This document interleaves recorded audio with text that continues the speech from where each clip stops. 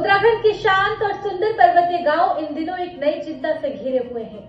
जहां सुबह को उजाला पहाड़ों को चमकाता था, वहीं अब जंगलों से आने वाली सरसराहट लोगों के दिलों में डर जगाने लगी है।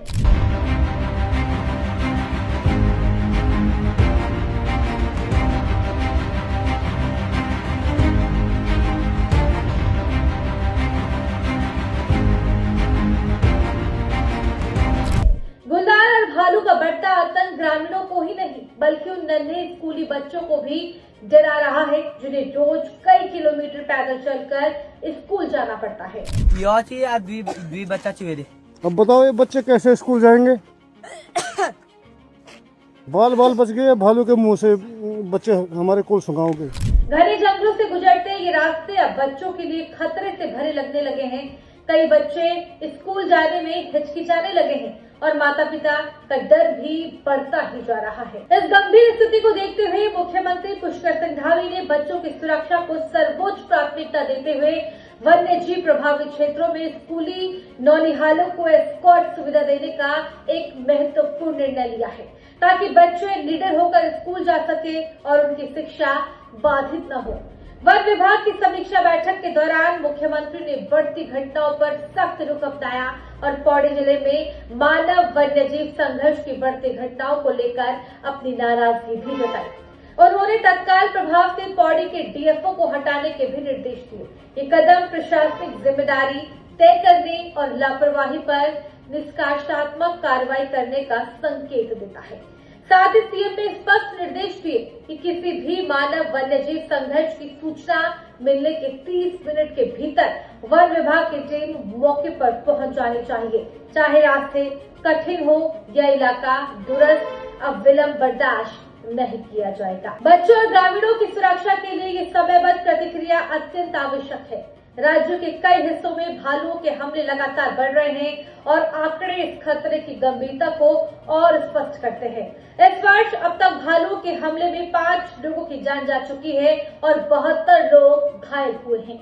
ये स्थिति वन विभाग के लिए एक चुनौती है, जिसने अब भालुओं के व्यवहार में आए बदलावों का वैज्ञानिक अध्ययन कराने का भी निर्णय लिया है। यह अध्ययन ये समझने में मदद करेगा कि भालू गांव की ओर क्यों आ रहे हैं, उनके व्यवहार में अचानक आक्रामकता क्यों बढ़ी और उनके वास स्थल में क्या बदलाव आए। इस तरह की जानकारी भविष्य में रणनीति तैयार करने और हमलों को रोकने में महत्वपूर्ण भूमिका निभाएगी। बैठक में ये चौंकाने वाला तथ्य भी सामने आया कि गांव के आसपास जमा कचरे के ढेर भालुओं को आकर्षित कर रहे हैं। भालुओं के लिए कचरा आसानी से भोजन पाने का साधन बन गया है, जिसके कारण वो गाँव की ओर खींचे चले आते हैं।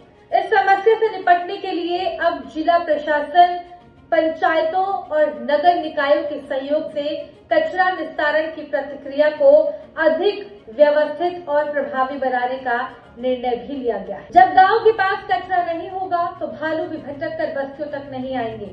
इसी तरह संवेदनशील गांव के पहले और आखिरी घरों के आसपास की झाड़ियों की सफाई कराने के निर्देश भी दिए गए हैं, ताकि जंगली जानवरों को छिपने के लिए स्थान न मिल सके।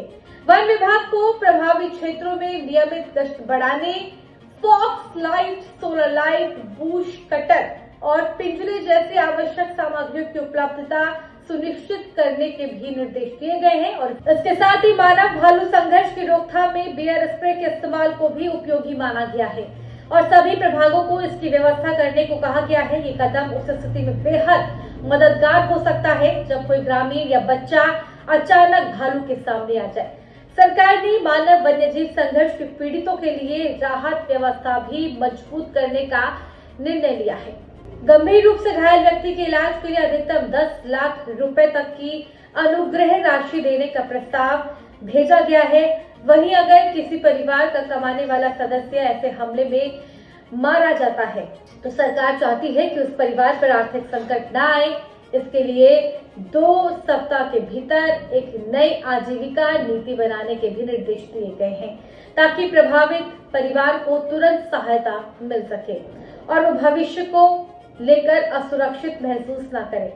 मुख्यमंत्री का ये भी कहना है कि सिर्फ सुरक्षा व्यवस्था ही पर्याप्त नहीं है, लोगों में जागरूकता पैदा करना भी उतना ही जरूरी है, खासकर बच्चों और महिलाओं में।